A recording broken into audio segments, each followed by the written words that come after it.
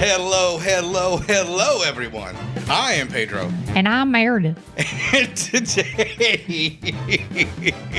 today, we're shooting varmints. No, today we are covering Twisters. We are taking our second stab at this, by the way, but we are covering Twisters. Last week we took a look at Twister. I found it enjoyable at times. Meredith liked it a little bit more than I did. And this week we have pretty much the exact opposite situation. Yeah. I kind of dug this movie. I kind of dug Twisters. It was all right. It was all right. It was all right. Yeah, a watchable film, she says. Yeah, it was watchable. I liked the action in this movie. I liked the way things were composed. I enjoyed pretty much the movie from start to finish. It never really bothered me at any point. Yeah, it had some stupid things in it. Yeah. It had some rushed storylines in there that didn't really work, but I was entertained by this movie, and that's really all that I ask. And I think the number one thing to take from this movie is the rise of Glen Powell. Yeah. Truly becoming a star. Yeah, he's fantastic. Was my favorite part of this whole movie. Yeah, he's blowing up everywhere. Yeah. Like he went from just a small part in television stuff. We grew to love him from Scream Queens. Chad Thadwell. Yeah. Radwell, whatever his name was. Chad Radwell. If you remember the show, you certainly know him. He just stole scenes from Emma Roberts, which is sort of whatever, but he stole scenes from Jamie Lee Curtis as well, which is even more impressive. And he's good looking. He is a handsome feller. That helps. Yeah, he's a good looking guy. Yeah. Just look at him and I want him in my mouth. Ew. What? I was lost in his eyes. Did I go too far? Wow. Show's canceled already. They can complain about us on social media. And if they wanted to do that, Meredith, how would they? They could actually email us at grittyrebootcast@gmail.com. Yes, and if you're looking for a more modern way to get a hold of us, you can just simply search for Gritty Reboot on Instagram, TikTok, and YouTube as well. We do put the video podcast up on YouTube as well. I don't know if you're following on Spotify where we have it uploaded up there as well.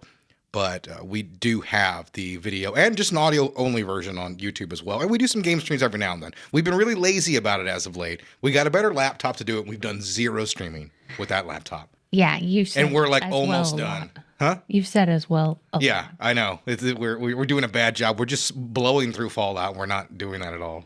Yeah, we really should. Yeah, we have to just do it on a Friday. We have to sacrifice. We have to do it this Friday. It's my last Friday. Yeah. It's my last Friday.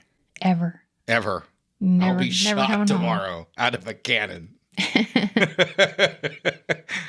What are some of the things that you liked about this movie? So I already said Glen Powell, but I think one of the elements that I really enjoyed is the original film had a relationship running through it. Yeah. Like a divorced couple trying to come back together again. It's not always great, but the leads have enough chemistry to make it work. This movie is wise in a sequel to try a similar type of story. Yeah. And it does a really good job, I think, of maintaining that and not leaning too hard into it. It's there between the two of them, but it's not the main element of the film like it was in the original Twister. I didn't think they had that great a chemistry. No, I don't believe they have chemistry. No. It's not as good as what's in the original movie. But I didn't think they played off each other poorly either. No, I didn't think it was bad, like that, but yeah, they didn't have that much chemistry. So it kind of hurt the movie. Yeah, I think that is one element where I think it is outflanked by the original. And I think that's probably, for me, the only place where it is.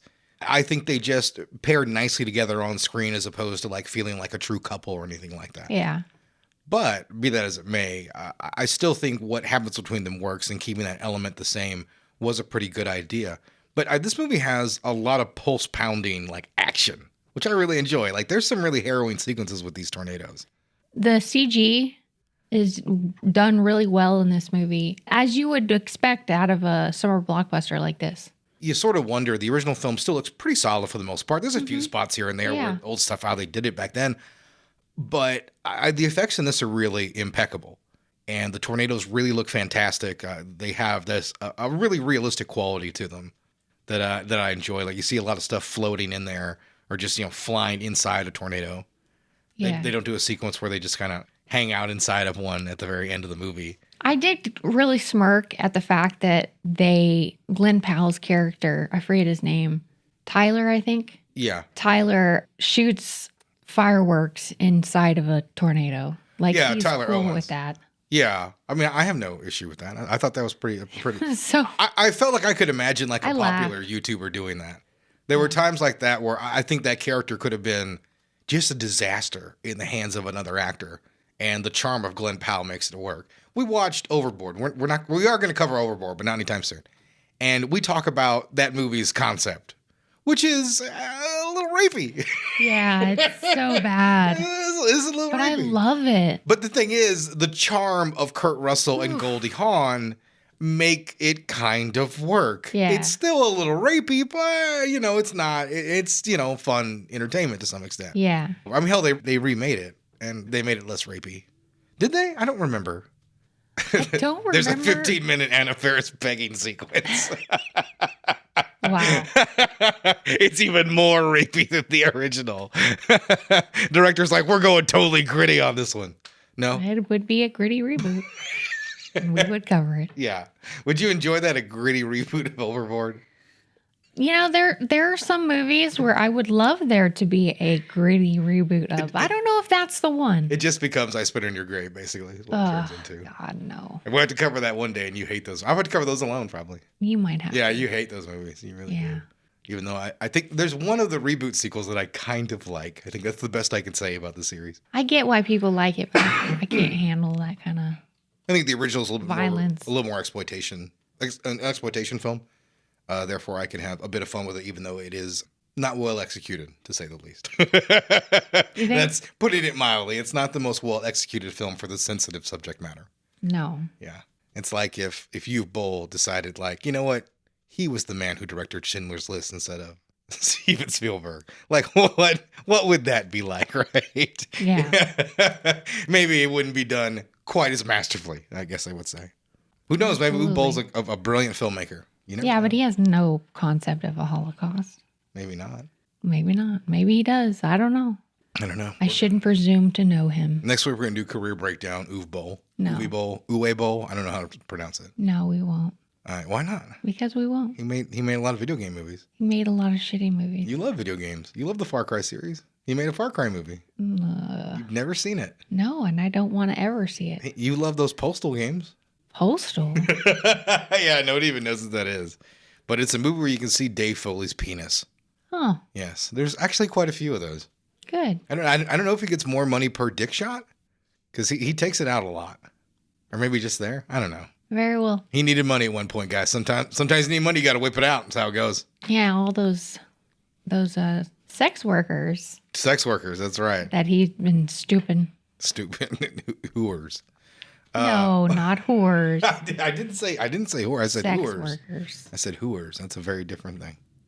Is it? Yeah, that's a fun way to refer to a sex worker. But you know what doesn't have sex workers? Way to go.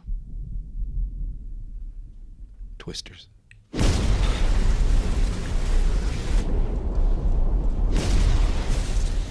Are you surprised the movie is a big hit? No. You're not. No. I didn't know how it was going to go, to be honest. I really didn't know if it was going to be like break even, a big flop, nobody cares. I noticed Glen Powell was in it, so I was kind of rooting for it. I talked about how I was a fan from before, from the olden days. Yeah, we're OG. Yeah, OG fans. I love how you said that. I'm going to make that a clip. But I was surprised that it did as well as it did, and it's still doing. It's holding fairly well over time. I was surprised at how many people were there. Yeah, because we weren't in. time. Yeah, we didn't go in the first week. We went in the second week. And we went at like 12:45. Yeah, we went to a place where we could eat as well. Yeah. And we went there for lunch, and it was actually the crowd got into the movie. They laughed. You know, they were into more than they were into Deadpool. Yeah. That crowd was dead for Deadpool. People had some really great experiences in some of the theaters. I had heard, like some of the podcasts I listened to. Yeah. They had great experiences. We didn't have anything in our Deadpool. It was dead. Okay, like I know we're talking about Twisters, and then like the trailer's playing right now, but I think that had a huge impact on us finding the film just very okay. Yeah. Like we were very cold on Deadpool. Like it didn't suck or anything like that, but it was kind of whatever. But nobody in our audience made a peep. I mean, you could have heard a pin drop in that theater. Yeah. I think the loudest moment in the theater is when I laughed at the proposal meta joke. Yeah. Which is my favorite joke in the movie. Also, I did enjoy the Gambit stuff, but I was in the bathroom when it debuted, so I couldn't pop. I didn't know you liked Gambit. Oh yeah, I love Gambit. That movie was okay. What they got right is they portrayed Gambit pretty well. Now the accent was supposed to be a joke, obviously, and it was a very good joke. I enjoyed it because I couldn't even understand what the fuck he was saying. But you're not supposed to. That just happens to Gambit. Bad. Yeah, that's okay. Like it's not supposed to be a good accent. That was a great gag. But like the fight scene was like great Gambit stuff. Him throwing the cards, blowing people up. Like Gambit can do some really cool shit. And because that was R-rated, we got to see that. I'm not the biggest Wesley Snipes fan, but weirdly enough, it was nice to see him. I think the real surprise was Jennifer Garner. Yeah, she looked great. Yeah, she looked great, and she fit in nicely. Apparently, Nick Cage was the cameo they couldn't get. Oh. Yeah, either Nick Cage wasn't available or wasn't at a point where he felt like he could do it. I can't remember what the reason was. He was either in between something or like he was kind of sick at the time. No telling, man. But it would have been great to get him back in as Ghost Rider. He's got to make up for all those taxes or whatever he had problems with. Yeah, and that's the thing. Wesley Snipes, he'd always rumored to have had a bad history with Ryan Reynolds because of Blade Trinity, which is a legendarily fucked production. Yeah. Wesley Snipes smoking weed in his trailer all day and never coming out. But apparently they were able to patch it up. It made for a nice moment in the movie, but I still give it like a 6. Yeah. Yeah. We just didn't like it. Yeah. I think if we'd had a better reaction. I think if we had a better theater experience, that plays into it. It would have probably bumped it up to a 7 or an 8. Yeah. Because there's certain moments I love because like I can remember the theater like cheering or going. Yeah, nuts. Exactly. One of my favorite moments was the movie didn't do very well, but Serenity, the Firefly film. Mm-hmm. There's a great moment at the end of the movie where what's-her-face stands like triumphant, like over all the Reapers and stuff like that. And like the crowd just was like, yeah, like everybody really got into it because like, it was opening night. It was full of people who'd actually seen the show. So like those are things that really made that movie. And like most people probably, if they saw that in a theater or they just saw it in video, it's just a neat little moment. Yeah. But like it was almost like a bonding experience. The same thing happens with like the end to end game. But Twisters also gave us a nice reaction, which I think helped. It certainly led, I don't think it helped with my review or anything like that, but it certainly did lead me to enjoy the film more. So what's an element that you did not enjoy in this film? What's something that dragged it down for you? The lead actress. Daisy Edgar Jones? Yeah. Not to knock her. I don't know. She could be a great actress, but I thought she was terrible. I didn't necessarily have a problem. I thought she was pretty weak. I didn't necessarily have a problem with her. I didn't necessarily find her to be the best character. Then again, the original neither was Joe. Not the best character either. No, you're right. But still, I love the what Helen Hunt brought to the character. Sometimes that's what you get. You get this shitty character. You've got to make it sing somehow. And I don't think she does that with this character. I love how the film begins. We have a very quick cameo from Kieran Shipka, who we always enjoyed from Sabrina I was and Mad Men. surprised they killed her off so early. I was too. Spoiler alert, I'm sorry. Yeah, spoilers. As always, guys, these are spoiler casts. Like, if you haven't seen this movie, you're going to be lost. But, we're not trying to be dicks or anything. But it's tough to talk about a movie without really getting into it. She leaves pretty quickly. By the way, Kieran Shipka, she's in one scene in 2 big movies this year. So she's in the one scene here in Twisters, and she's apparently in the best scene in Long Legs. Oh, really? Yeah, she's in the best scene in Long Legs, and she's just in that scene, and that's it. I saw her promoting it. I saw that on, and I was like, I didn't even realize that she was in that. And then when I Googled it, that's the one thing people were saying about it. It's either the best scene or the most chilling scene in the film. We have not seen Long Legs yet. We chose to see Deadpool or Twister and Twisters. Yeah. So here we are. Yeah, well, we had to do it. Twisters for... It's been a good year for horror. There's been a lot of kind of cool movies that have been out there. There was Late Night with the Devil that we also haven't seen. But will any of them win an Oscar? Probably not. It's like how I thought Pearl. I didn't think Pearl could get a nomination, but I thought Mia Goth could slip in. It's never gonna happen. I thought Mia Goth could slip in. When she didn't get a Golden Globe, I was like, it's over. It's never gonna happen. One day she might pick something that's not a she might. She can easily get out of the horror genre and really do whatever she wants. Yeah, I think she'll be fine to be in a prestige drama or something. I don't know if she'll be the lead, but I think she can do great supporting work. Yeah, she's pretty great. Maxine didn't make great money. It made something like $17 or $18 million. That's it. Well, we saw it, and that's what matters. That's our epilogue on the Maxine episode. It did okay. We've seen a lot of movies lately. Yeah, we really have. I've enjoyed it. It's been good. I've enjoyed it. Yeah. I've liked going to movie tavern and eating a decent, I stress decent meal there. Getting a large Coke. Yeah. But they do have a nice 4K projector. Or Pepsi. Pepsi. Yeah, they screw you over. They don't give you what you bane want. of my existence. Bane! I need my Coca-Cola. Don't you give me Pepsi, you son of a bitch. Yeah. Is that too harsh? I like my Coca-Cola. I'm a big fan. Big motherfucking fan. So this movie is directed by Lee Isaac Chung. And I think he is the secret sauce here that makes all of this come together and work. You think so? I think his direction is fucking amazing. I think he outdoes what Jan de Bont did in the original, who I think really directs a pretty stupid movie to the goal line, you know? Like, he gets it to the finish line in a pretty entertaining and fun jaunt for the most part. Like, to me, the film doesn't necessarily slow down all that much, and I think most of the action sequences are pretty well scripted, especially in the middle of the movie when they're trying to escape in the pool. Yeah. That whole sequence, I think, is thrilling as fuck and just absolutely blows away anything they did in the original film. That's one of my favorite disaster weather-related scenes ever. I think that's great with them holding on to the pipes right there as that truck lands and covers somebody them. Gets taken by the tornado. I love that he's like, stay down, and like he comes up and it's like this wind just grabs him and he flies. And I love the way they portray that, like whoosh, just gone, because that's what it would be. I think early on a death is Karen Shipka gets hit by something hard and she gets knocked out and thrown in, or possibly killed by it. And then thrown into the tornado. You hope she was killed. There's some brutality, I think, to these deaths that wasn't necessarily there in the original. No, you're right. And I think it leads a sense of danger to these scenes. Now, I mean, do I think the protagonists are going to die in the movie? Probably not, even though it'd be a fucking metal way to go out, wouldn't it? Yeah. Like in that finale, like the tornado just destroys them and Glen Powell's just impaled on and like Kate's just beating on his chest. I failed again. The tornado beat me.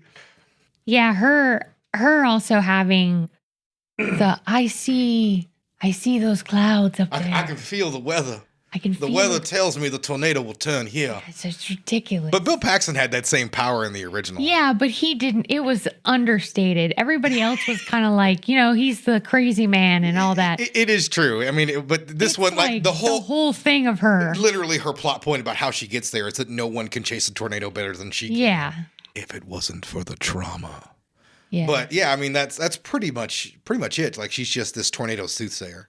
Yeah, I thought that was stupid. I also think them having this like foam stuff stop a tornado. The movie ends with them curing tornadoes. Yeah, it's ridiculous. They cured the tornado. Stupidest thing ever in my life. Like, how would you feel if like you were watching a really kick-ass movie and they were made it through a tornado and this guy's like, wait, what if I toss a grenade into it? We could stop all tornadoes. Like, wait, no, we can't. That's not a thing. That's not a thing. And they're just like, what if we threw some fucking foam up there?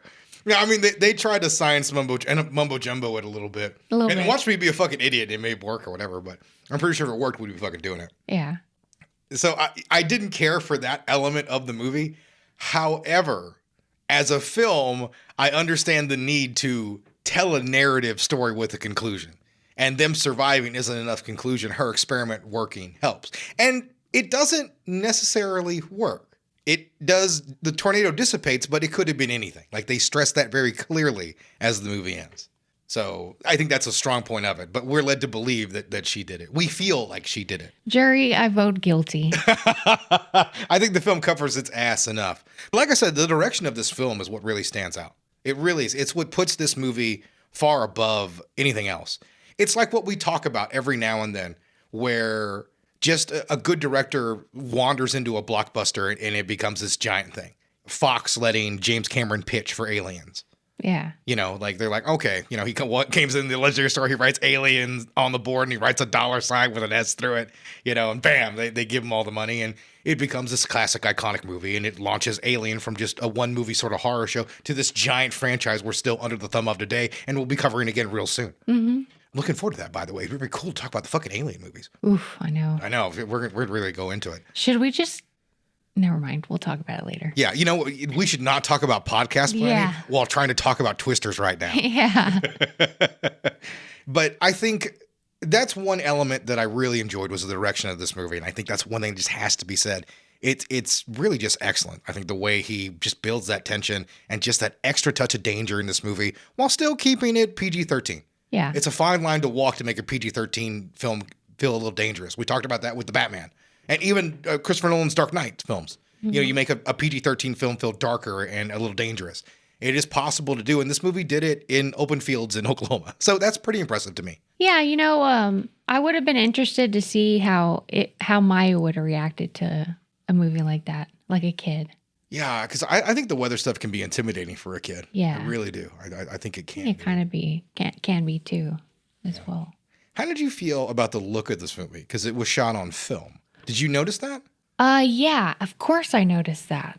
I love fucking film. I'm a big fan of it, and I know it's coming. It's having a comeback. Well, it was good to see it. The one thing I will say is we always look forward to when we notice like there's a new 4K transfer of a classic movie. Yeah. Something that was shot on celluloid, because we know those are the movies that are going to give us the best bang for the buck when they get that 4K remaster or something like that. Unless it's like Aliens that they fuck up with AI or whatever. But for the most part, like that, those are always pretty cool. Like we saw Witness the other day, I think that way, right? Mm-hmm. We saw Witness in like 4K HDR, and that like you don't appreciate the cinematography of a movie like that you've seen a bunch of times on VHS, and then you watch it again for the first time in like 15 years, and you're like, wow, man, this really is a beautiful film. I didn't realize. I just never thought about it. I think that's one of the cool and impressive things about being able to go back to film.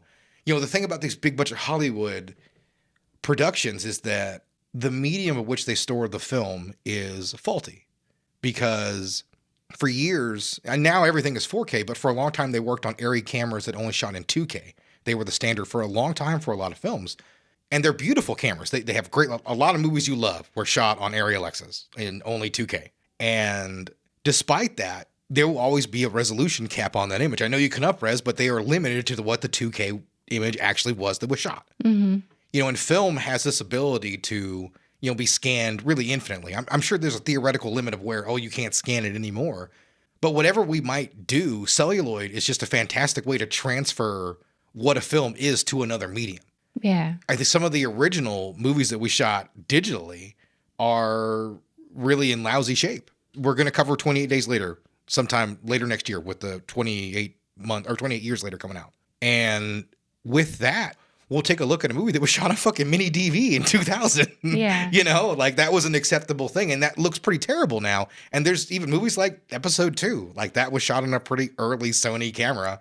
And, its look is not going to hold up. If Lucas had stuck to film, it would look beautiful. Mm-hmm. And it looks very digital today. And I understand he had to blaze a trail, but there are prices to pay for that at times. Yeah. And going back to this film look, I think is really impressive. And like I know they graded it, but the cool thing about film is the look you want comes really off the Kodak stock. Yeah. You're getting what you want. You're getting the colors to pop. You're just really playing it up later in post. You're not really doing what you do now, which is almost like creating your whole entire look in the computer once you're done shooting on digital.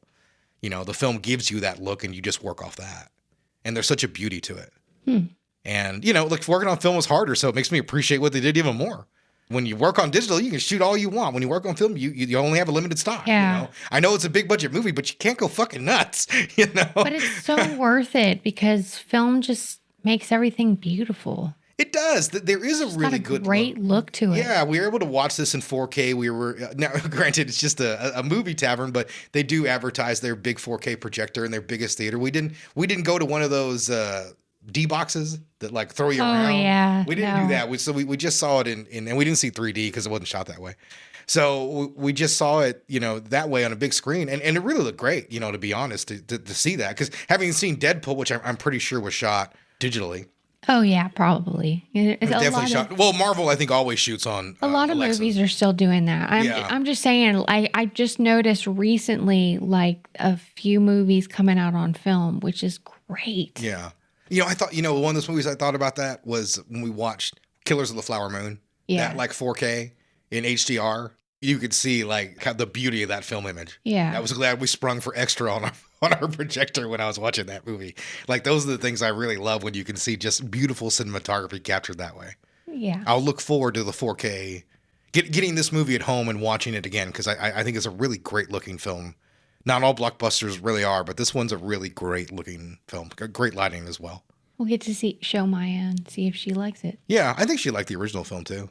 Yeah. It moves. It moves. This movie moves. It rarely slows down for anything. It's sort of the problem with it because one of my issues I want to bring up is the corporation plot.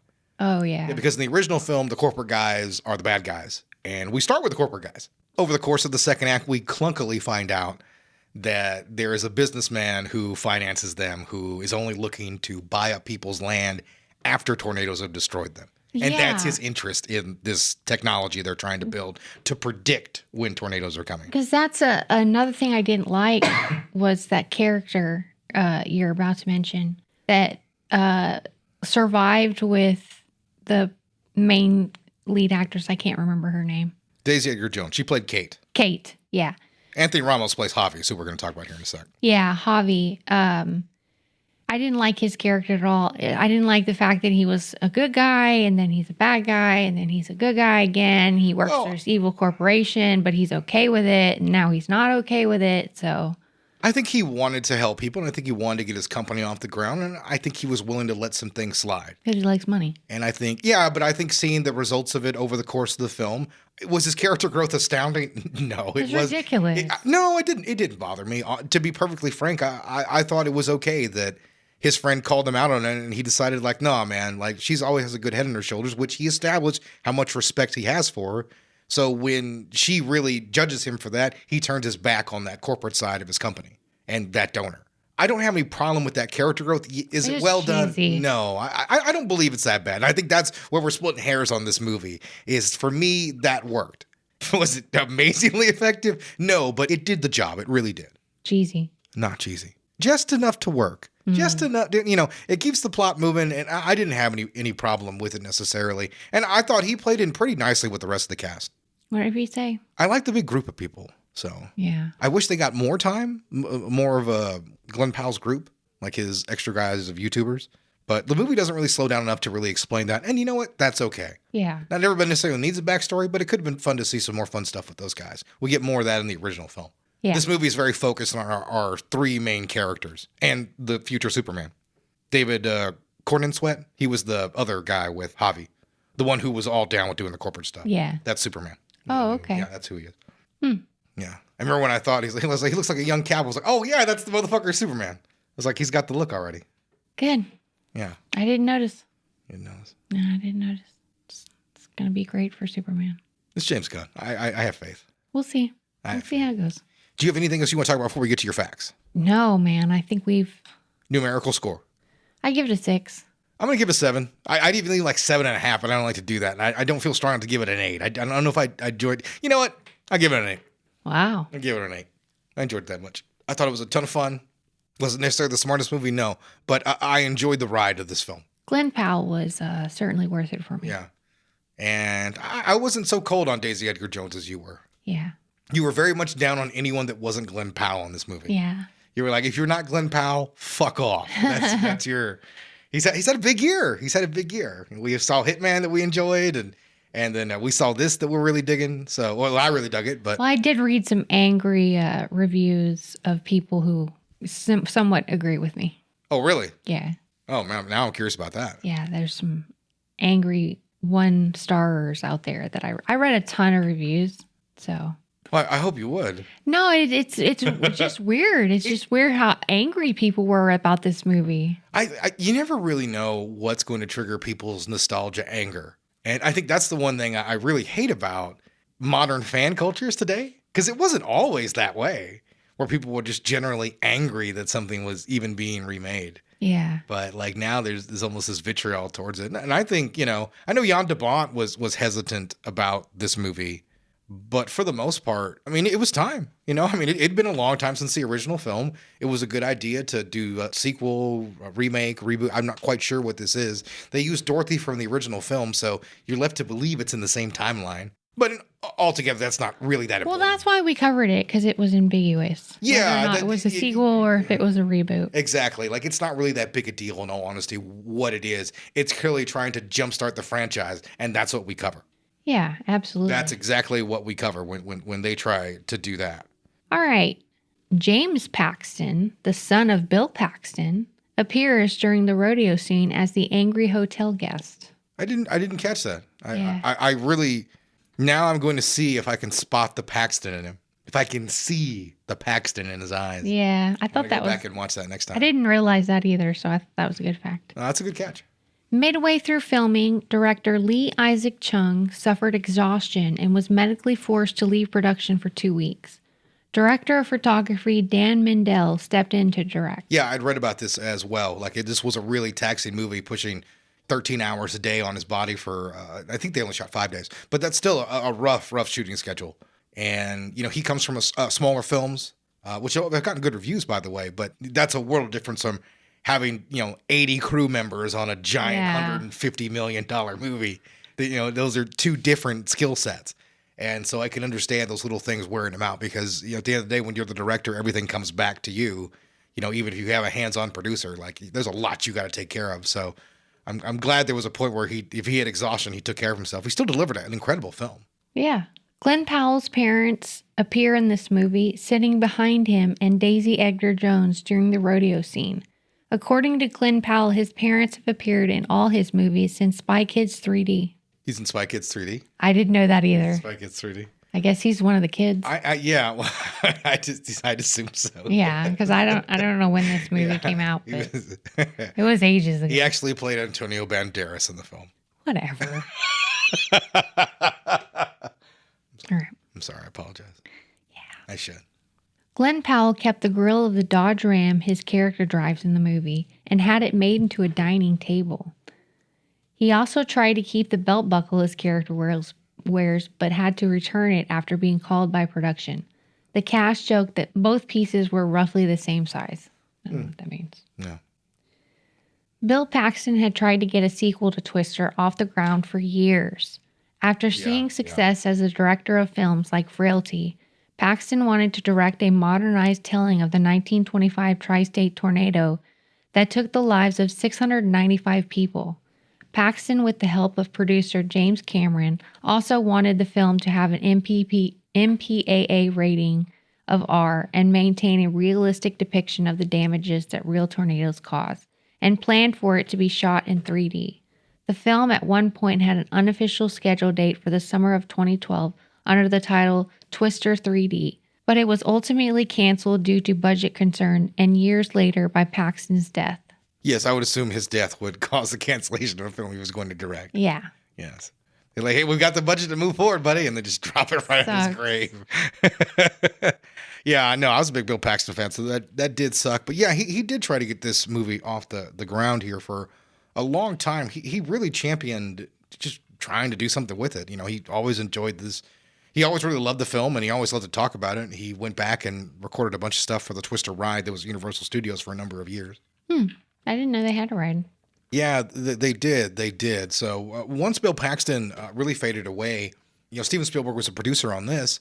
This movie, for some reason, a little bit after Bill Paxton's death, this movie hit the fast track. And they brought in, I think, Joseph Kosinski. He's the guy that did Top Gun Maverick. Mm-hmm. And a few other, some of the Mission Impossible movies you really like. Very good director. Yeah. He was originally brought in, and that's what they were going to go with. And he booted out a Helen Hunt themed reboot, where a little bit after Bill Paxton died, the studio talked, well, not the studio, I think Helen Hunt pitched an idea. The studio was like, get away from us. But she pitched an idea of like a multiracial, multicultural team of storm chasers. And like she dies in the opening scene and they take the torch and move on. And she was like, we were all ready to go, but the studio didn't want it, which means they never called her back. Like she just, I don't know if she just like sent a letter or a pigeon like to Universal or whatever, whoever produced this movie. But like that was, she gave a couple interviews about this, and they wisely did not go that route. They went this one, and it turned out pretty well. Eventually Kosinski had to drop out. I forget what else I forget what else he moved on to, but we got Lee Isaac Chung, who I think did a great job. Mm-hmm. A water tower of El Reno is shown as a tribute to the El Reno tornado on May 31st, 2013.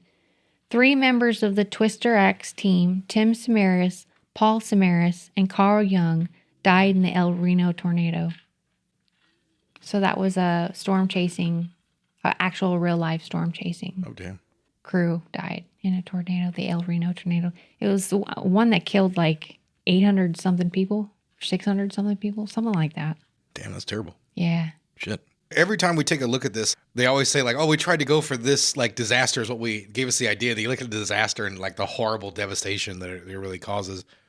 I mean, there's no like great tornado story. It's like with a happy ending, you know, like everything with a tornado is just that destruction. So speaking of El Reno, Oklahoma is a real town where the largest tornado ever recorded occurred on May 31st, 2013.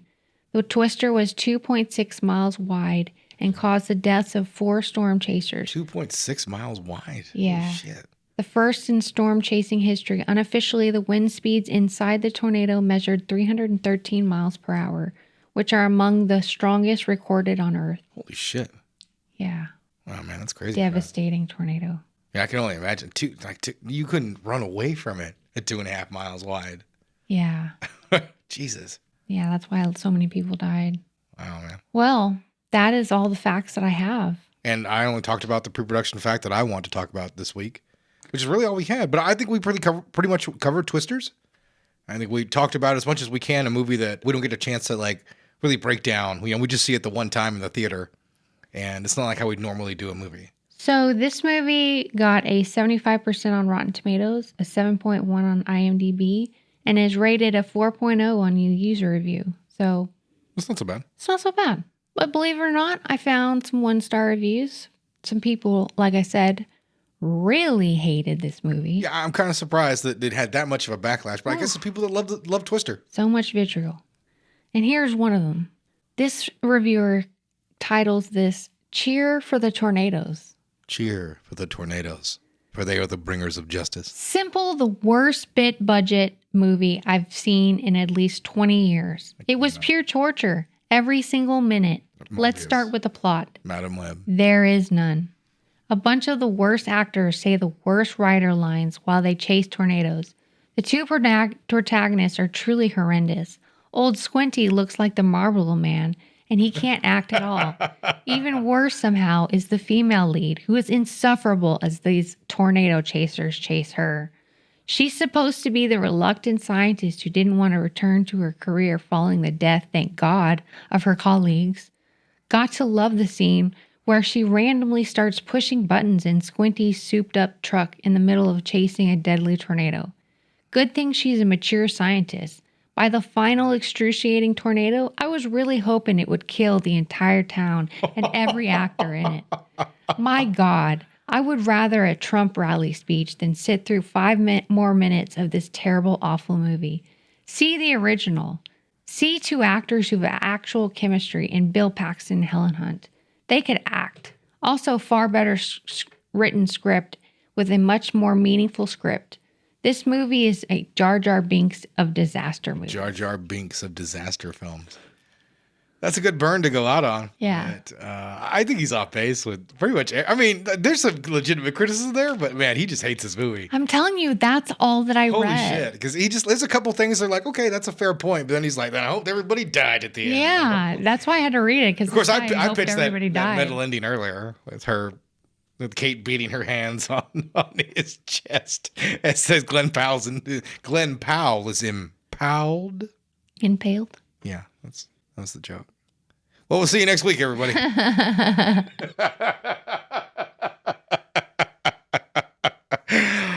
No, that's going to do it, guys. That's going to do it. I think, anything else you want to add to Twisters? No.